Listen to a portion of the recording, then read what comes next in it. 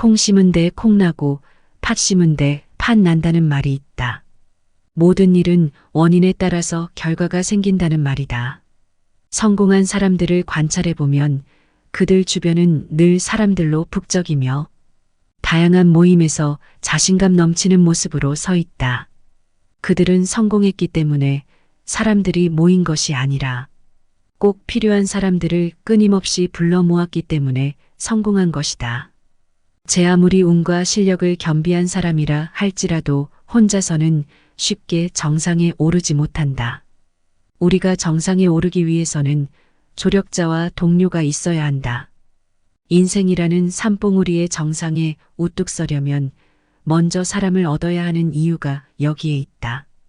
인간관계의 기본은 상대에게 이익을 주는 것이다. 누군가에게 돈과 같은 물질적 이익뿐 아니라 즐거움과 감동 같은 정신적 이익을 준다면 당신은 그에게 소중한 사람이 되고 그를 얻게 된다. 이렇게 성공적인 삶을 위해 중요한 문제 중 하나인 사람의 마음을 사로잡는 원칙과 방법들을 데일 카네기의 인간관계론을 통해서 함께 배워보도록 하자. 데일 카네기 인간관계의 3가지 원칙. 만약 친구가 채소를 가지고 있다면 고기를 전해주라. 첫째, 다른 사람이 원하는 것을 보여주어라. 해마다 여름이 되면 나는 가끔 메인주에 낚시하러 간다. 나는 딸기와 아이스크림을 무척 좋아하는데 물고기는 지렁이를 더 좋아한다. 그래서 낚시하러 갈 때는 내가 좋아하는 것은 생각하지 않고 물고기가 좋아하는 것을 생각한다. 사람을 낚을 때에도 왜 이와 똑같은 방법을 이용하지 않는가?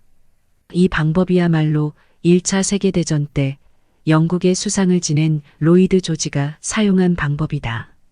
누군가 그에게 변함없이 권력의 자리에 앉아 있는 비결에 대해 물었다.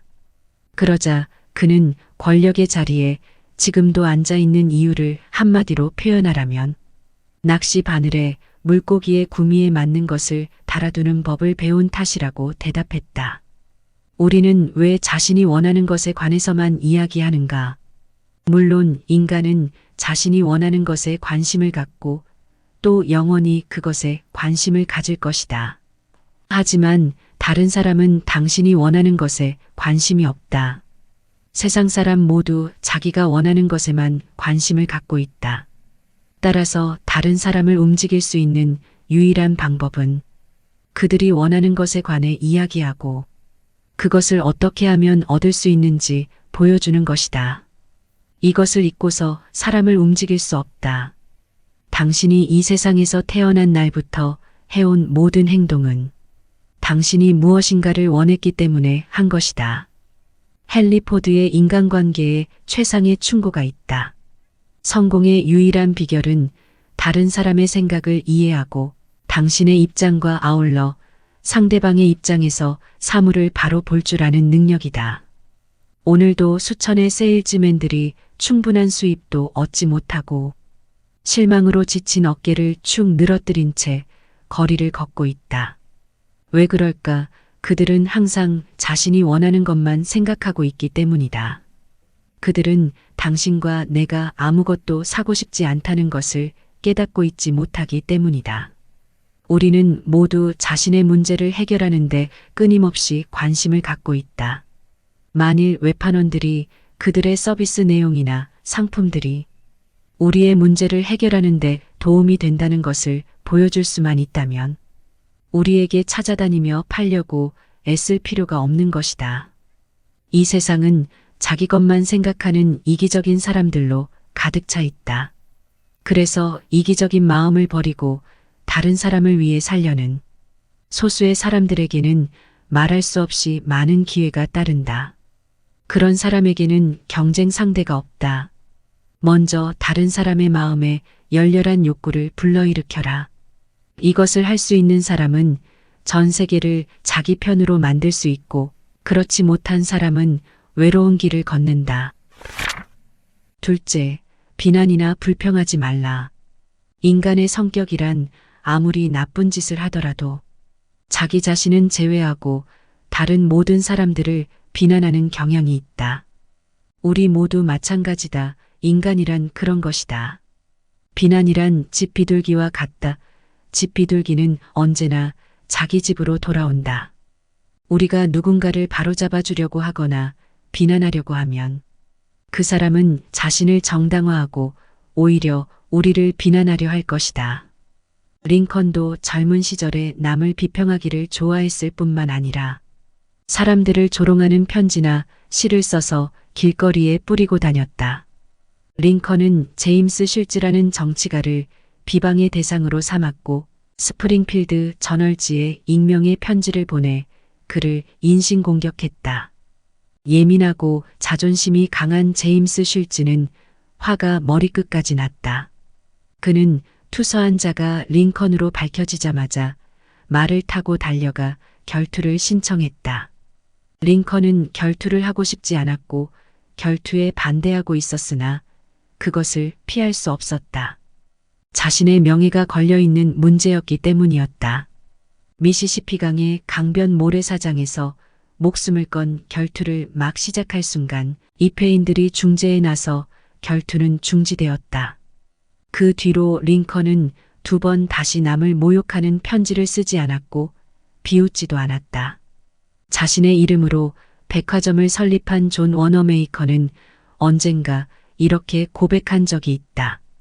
나는 30년 전에 타인을 비난하는 것은 어리석은 짓이라는 것을 배웠다. 나는 하나님이 평등하게 지능의 선물을 나누어 주지 않았다는 사실을 한탄하지 않고 나 자신의 한계를 극복하는데 많은 노력을 기울였다. 비난이란 쓸데없는 짓이다. 왜냐하면 비난은 인간을 방어적 입장에 서게 하고 대개 그 사람으로 하여금 자신을 정당화하도록 안간힘을 쓰게 만들기 때문이다. 세계적으로 유명한 심리학자인 B.F. 스키너는 그의 실험을 통하여 선행에 대해 칭찬을 받은 동물은 벌을 받은 동물보다 훨씬 더 빠르고 효과적으로 배운다는 것을 증명했다. 그 이후에 연구자들은 이 같은 사실이 인간에게도 적용된다는 것을 알아내었다. 비난에 의해서 우리들은 지속적인 변화를 만들어내는 것이 아니라 종종 원한을 사게 된다. 비난이 불러일으키는 원한은 직원들과 가족, 친구들의 사기를 저하시키고 그러면서도 비난한 상황을 전혀 개선시킬 수 없다. 당신이 남의 결점을 바로잡아 주고자 하는 것은 좋은 일이다. 그러나 남의 결점을 개선하는 것보다 자신을 바로잡는 것이 이득이 많고 훨씬 덜 위험하다. 대개 사람들을 다루는 경우 상대를 논리의 동물이라고 생각하면 안 된다. 상대는 감정의 동물이고 심지어 편견에 가득 차 있으며 자존심과 허영심에 의해 행동한다는 것을 명심하지 않으면 안 된다. 바보들만이 다른 사람에 대해 비판하고 비난하며 불평한다. 존슨 박사는 모든 것을 안다는 것은 모든 것을 용서하는 것이다라고 말했고 성경에도 하나님께서도 인간이 죽을 때까지 인간을 심판하지 않는다고 했다. 그런데 우리는 왜 남을 심판하려고 하는가? 사람들을 비난하기 이전에 그들을 이해하려고 노력하자. 그들이 왜 그런 행동을 했을까 하고 머릿속으로 생각해보자. 그것은 비판보다 훨씬 유익하고 흥미있는 일이다. 셋째, 진지하게 칭찬하라. 이 세상에서 누군가에게 어떤 일을 하게 하기 위해서는 단 한 가지 방법밖에는 없다. 그것은 스스로 그 일을 원하도록 하는 것이다. 직원들에게 해고하겠다고 위협하거나 윗자리에 앉아 감시의 눈을 부릅뜨고 있으면 적어도 일에 협력하도록 할 수는 있다. 매질이나 협박으로 원하는 일을 아이들에게 억지로 시킬 수 있을 것이다. 그러나 이러한 강제적인 방법은 바람직하지 못한 반발만을 가져오게 된다. 사람을 움직이게 하려면 상대가 바라고 원하는 것을 주는 것이 유일한 방법이다. 타인의 갈증을 제대로 충족시켜 줄 수 있는 사람은 극히 드물지만 그 사람이야말로 다른 사람을 마음대로 움직일 수 있게 만든다. 미국 실업계에서 최초로 연봉 $100만, 이상을 받은 찰스 슈왑이라는 사람이 있다. 나는 그에게 당신은 어떻게 그렇게 사람들을 잘 다루느냐고 물었다. 그가 말했다. 사람들에게 그들 최고의 가능성을 개발하게 하는 방법은 격려와 칭찬입니다. 상사로부터 꾸지람을 듣는 것만큼 인간의 향상심을 해치는 것은 없습니다. 나는 결코 누구도 비판하지 않습니다. 대신 사람들에게 일을 하도록 동기를 부여해야 한다고 믿고 있어서 될 수 있으면 칭찬하려고 노력하고 결점을 들추어내는 것을 싫어합니다. 그 사람이 한 일이 마음에 들면 진심으로 찬사를 보내고 아낌없이 칭찬합니다. 이것이 슈왑이 행한 일이다. 우리는 자신의 자녀, 친구 그리고 직원들의 신체에 영양분을 주고 있지만 그들의 자부심에 영양분을 주는 데는 얼마나 인색한가.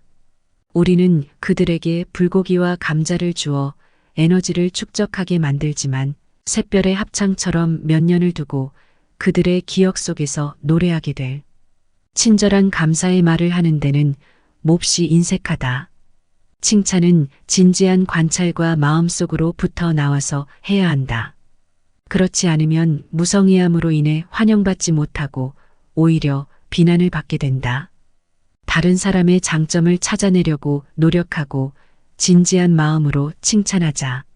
그러면 사람들은 당신의 말을 마음속 깊이 소중히 간직하고 아끼며 평생을 두고 되풀이할 것이다. 당신이 그것을 잊어버린 뒤에도 상대방은 그것을 두고두고 반복할 것이다. 인간관계를 잘 맺는 6가지 방법. 첫째, 다른 사람에게 순수한 관심을 기울여라. 당신은 자신이 찍힌 단체 사진을 볼 때 누구를 제일 먼저 찾는가? 자신을 가장 먼저 찾는다. 다른 누가 찍혀 있는 것인지 전혀 관심이 없다. 걔는 생존을 위해 살지 않고 오직 당신에게 사랑을 바쳐 헌신함으로써 살아가고 있다. 걔는 타고난 본능으로 다른 사람들에게 관심을 가지고 애씀으로써 내가 2년 동안 사귈 수 있는 친구의 수보다 2달 만에 더 많은 친구를 사귈 수 있었다. 우리도 내게 관심을 갖게 하는 것보다 다른 사람에게 관심을 가지면 더 많은 친구를 사귈 수 있다. 그러나 평생을 다른 사람이 자신에게 관심을 갖게 하기 위해 노력하면서 사는 사람들이 더 많다. 물론 아무 소용없는 일이다. 그들은 당신이나 내게는 아무런 관심이 없다. 친구를 사귀고 싶으면 자기 자신을 버리고 다른 사람을 위해 무언가를 해주어라. 이런 일에는 시간, 노력, 희생, 그리고 사려 깊은 마음이 필요하다. 친구를 사귀고 싶으면 생기 있고 열정적인 태도로 사람들을 맞이하라. 전화를 받을 때에도 이와 똑같은 마음으로 하라. 모든 사람에게 진심으로 관심을 보이면 친구를 사귈 뿐만 아니라 그를 회사의 훌륭한 단골 고객으로 만들 수 있다. 다른 사람이 당신을 좋아하기를 바란다면, 또한 진실한 우정으로 그 사람을 도와주고 싶다면 마음속에 다른 사람들에게 순수한 관심을 기울여야 한다. 둘째, 미소 지어라. 찰스 슈왑은 나에게 자신의 미소는 100만 달러짜리라고 말했다. 사실 그의 인격과 매력 그리고 사람들이 그를 좋아하게 만드는 능력이 그로 하여금 남들이 이루지 못한 큰 성공을 하도록 만들었던 것이다. 슈왑의 특성 중 가장 훌륭한 것은 사람을 사로잡는 바로 그 미소였다. 뉴욕에 사는 증권 중개인 윌리엄 스타인하트는 그의 경험을 편지로 보내왔다. 저는 결혼한 지 18년이 되었습니다. 그동안 저는 아침에 일어나서 출근할 때까지 아내에게 웃어본 적도 말을 해본 적도 거의 없었습니다. 선생님이 저한테 미소에 관한 경험을 이야기해 보자고 말했을 때 저는 일주일 동안 노력해 봐야 되겠다는 생각이 들더군요. 그래서 다음날 저는 식탁에 앉으면서 아내에게 여보 잘 잤어 하고 말하면서 미소를 지었습니다. 저는 아내에게 지금부터 매일 이렇게 하겠다고 말했고 그 뒤 매일 아침 거르지 않고 인사를 건네고 있습니다. 이 방법을 시도한 지 2달 만에 저의 변한 표정으로 해서 우리 가정에 가져온 행복은 지난 한 해 동안 느꼈던 행복보다 훨씬 큽니다. 당신의 미소는 인상을 찌푸리며 외면하는 얼굴을 보아온 사람들에게 마치 구름 속을 뚫고 나오는 햇빛과도 같은 것이다. 특히 직장 상사나 고객, 선생님이나 부모님, 그리고 아이들에게 시달림을 당하고 있는 사람들에게 있어서 미소란 이 세상에는 절망적인 것만 있는 것이 아니라 기쁨도 있다는 사실을 깨닫게 해준다. 셋째, 상대방의 이름을 잘 기억하라. 사람들의 이름을 기억하고 자주 불러라. 그러면 당신은 많은 찬사를 받을 것이다. 그러나 이름을 잊어버리거나 잘못 쓰면 곤란에 빠지게 된다. 프랭클린 디 루즈벨트 대통령은 다른 사람의 호의를 누릴 수 있는 가장 간단하고 분명하면서도 중요한 방법이 그들의 이름을 기억하여 그들로 하여금 중요한 느낌이 들도록 하는 것이라는 사실을 알고 있었다. 그렇다면 과연 우리들 중에 그렇게 하는 사람이 얼마나 되는가? 우리가 낯선 사람과 인사를 나눈 다음 대개는 몇 분 동안 그들과 잡담하다가 서로 헤어질 때는 그 사람의 이름조차 기억하지 못하는 경우가 많다. 이름을 기억하는 능력은 정치에서뿐만 아니라 기업 활동과 사회적인 관계에서도 중요하다. 이름을 잊는다는 것은 그가 곧 잊혀진다는 것을 의미한다. 프랑스의 황제이며 나폴레옹의 조카였던 나폴레옹 3세는 모든 국사를 자신이 친히 살피는데도 불구하고 만나는 사람들의 이름을 모두 기억할 수 있음을 자랑했다. 그의 비결은 무엇이었을까? 간단하다. 만약 이름을 분명히 듣지 못했으면 미안하네. 이름을 잘 못 들었네라고 말한다. 그리고 특이한 이름의 경우엔 어떻게 쓰나? 하고 묻곤 했다. 대화를 하는 동안 그는 일부러 몇 번이고 이름을 되풀이 말해 자신의 마음속에 그 이름과 그 사람의 특징, 표정, 그리고 전체적인 모습을 연관시키려고 노력했다. 이름은 개개인을 차별화시켜주며 많은 사람들 중에서 독특한 존재로 만들어준다. 개개인의 이름을 사용하게 되면 우리가 전달하고자 하는 정보나 우리의 요구사항들이 특별한 의미를 지니게 된다. 종업원에서부터 최고 경영자에 이르기까지 이름의 힘은 우리가 다른 사람을 다루는 데 있어 마술적인 힘을 갖는다. 당사자들에게는 자신의 이름이 그 어떤 것보다도 기분 좋고 중요한 말임을 명심하라. 넷째, 남의 말을 경청하라. 나는 뉴욕의 한 출판사가 주최한 만찬회에서 저명한 식물학자를 만났다. 식물학자와 만난 것이 생전 처음이라서 나는 그에게 흠뻑 빠져버렸다. 식물학자가 이국 풍치 가득한 식물과 새로운 식물 품종을 개발하기 위한 실험과 실내 정원 등에 대해 이야기하는 동안 나는 넋을 잃고 듣고 있었다. 우리는 만찬회에 초대받은 손님이었다. 다른 손님이 10여 명 더 있었지만 나는 모든 사교계의 규칙을 어기고 다른 손님들을 무시한 채 몇 시간 동안 그 식물학자하고만 이야기를 나누었다. 자정이 되자 나는 손님들과 인사를 하고 그곳을 떠났다. 그때 그 식물학자는 그날의 주인과 함께 이야기를 하면서 나에 대해 몇 가지 칭찬을 했다. 그는 나를 흥미로운 인물이라고 말하면서 이것저것 나에 대해 언급하고는 가장 재미있는 대화가라며 말을 맺었다. 가장 재미있는 대화가라고? 그럴 리가 없다. 나는 거의 아무 말도 하지 않았다. 화제를 바꾸지 않고는 말을 하고 싶어도 뭐라고 할 말이 없었던 것이다. 왜냐하면 나는 식물학에 관해서 알고 있는 것이 없었기 때문이다. 그러나 나는 이 한 가지만 했다. 그의 이야기를 진지하게 들어준 것이다. 진심으로 흥미를 느꼈기 때문에 관심을 갖고 들었던 것이며 식물학자는 그것을 알고 있었다. 자연히 그가 기뻐할 수밖에 없었다. 이와 같이 진심으로 경청하는 태도는 우리들이 다른 사람에게 보일 수 있는 최고의 찬사 가운데 하나이다. 자신에게 흥미를 느끼게 하려면 먼저 남에 대한 흥미를 가져야 한다. 다른 사람들이 대답하기 좋아하는 질문을 던져야 한다. 그들 자신과 그들의 업적에 관해 이야기하도록 그들을 격려해 주어야 한다. 당신이 이야기하고 있는 사람은 당신이나 당신의 문제들보다 몇백 배 더 그들 자신의 소망과 문제에 대해 관심을 갖고 있다는 사실을 명심해야 한다. 어떤 사람의 치통은 수백만 명을 굶어 죽게 만드는 중국의 기근보다 더 중요한 일이다. 남의 말을 잘 들어주는 사람이 되어라. 스스로에 대해 말하도록 다른 사람들을 고무시켜라. 5째, 상대방이 흥미를 가지는 일에 대해 이야기하라. 시어도어 루즈벨트 대통령을 방문한 사람이라면 누구나 그의 해박하고 다양한 지식에 놀라게 된다.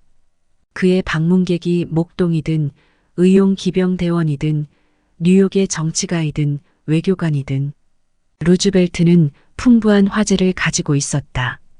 어떻게 그렇게 박식할 수 있었을까? 그것은 간단했다. 그는 방문객이 찾아올 때마다 그 전날 밤 늦게까지 그들이 특별히 관심을 갖고 있는 문제에 대해 독서를 했던 것이다. 왜냐하면 루즈벨트 대통령은 모든 지도자들이 알고 있는 바와 같이 한 인간의 마음을 사로잡는 지름길은 그 사람이 가장 흥미를 느끼고 있는 일에 관해 이야기하는 것임을 잘 알고 있었기 때문이다. 다른 사람의 관심사를 화제로 삼는 것은 쌍방 모두에게 이익을 준다. 구직 정보 분야의 개척자 하워드 G. 허지그는 항상 이러한 원칙을 따르고 있다. 그것에서 어떤 이익을 얻느냐고 물었을 때 그는 다른 이들로부터 다양한 관심사에 대해서 알게 될 뿐만 아니라 그의 인생을 다채롭게 해주는데 도움이 된다고 말했다. 6째, 다른 사람으로 하여금 자신이 중요하다는 느낌이 들게 하라. 만약 우리가 남에게 대가를 바라지 않고 조그만 행복이라도 나누며 다소 정직한 칭찬을 전달할 수 없다면 만일 우리의 영혼이 시디 신 사과 한쪽보다도 크지 못하다면 우리는 당연히 불행을 당하는 게 마땅할 것이다. 인간의 행동에는 대단히 중요한 법칙이 한 가지 있다. 이 법칙은 다음과 같다. 항상 다른 사람으로 하여금 자신이 중요하다는 느낌이 들게 하라. 이 법칙을 따르면 인간관계에 관한 거의 모든 문제를 피할 수 있다. 실제로 이 법칙을 지키기만 하면 많은 친구를 얻을 수 있고 행복을 오랫동안 누릴 수 있다. 사람은 주위 사람들로부터 칭찬받고자 하며 자신의 진정한 가치를 인정받기를 원한다. 자기 자신의 조그마한 세계에서 중요한 존재이고자 한다. 사람들은 경박한 아침은 듣고 싶지 않지만 진심에서 우러나 오는 칭찬은 열망한다. 사람들에게 그들 자신에 관한 이야기를 하라. 이것은 대영 제국의 재상을 지낸 대정치가 디즈렐리의 말이다. 사람들에게 그들 자신에 관한 이야기를 하라. 그러면 그들은 몇 시간이고 귀를 기울일 것이다. 자기계발 분야의 선구자로 손꼽히는 데일 카네기는 1888년 미국 미주리주에서 가난한 농부의 아들로 태어났다. 1912년부터 YMCA에서 대화법 및 대중연설을 가르치며 일생의 전환점을 맞이한다. 그때까지 성인 대상으로 인간관계를 교육하는 프로그램은 전무했다. 사람들은 풍성한 사례와 함께 당장이라도 적용할 수 있을 만큼 실용적인 원칙을 제시한 그의 강의에 열광했다. 그는 이를 바탕으로 카네기 연구소를 설립해 자기계발 분야에서 기념비적인 업적을 남겼다. 카네기의 책들은 핵심을 찌르는 원칙들로 정평이 나 있다. 그가 펴낸 책 중에서도 데일 카네기 인간관계론은 처음 출간된 뒤 전 세계에서 1억 부 이상 판매된 최고의 인간관계 바이블이다. 우리는 데일 카네기의 말을 통해서 사람을 얻는 중요한 교훈들을 배웠다. 성공의 가장 큰 비결 중 하나는 사람을 얻는 것이다. 우리가 인간관계의 중요한 원칙들을 마음에 새기고 하나씩 행할 때 우리의 주변에는 많은 사람들로 가득 찰 것이다. 그리고 그들은 당신을 환호하며 맞을 것이다. 사람의 마음을 얻는 것은 쉽지 않다. 하지만 우리가 상대방의 입장을 생각하고 그 사람이 무엇을 원하는지를 안다면 가능할 것이다. 콩 심은 데 콩 나고 팥 심은 데 팥이 나는 것처럼 사람을 얻으려면 먼저 그 사람이 원하는 것을 주도록 하자. 그렇게 하면 반드시 당신은 좋은 친구를 얻을 것이다.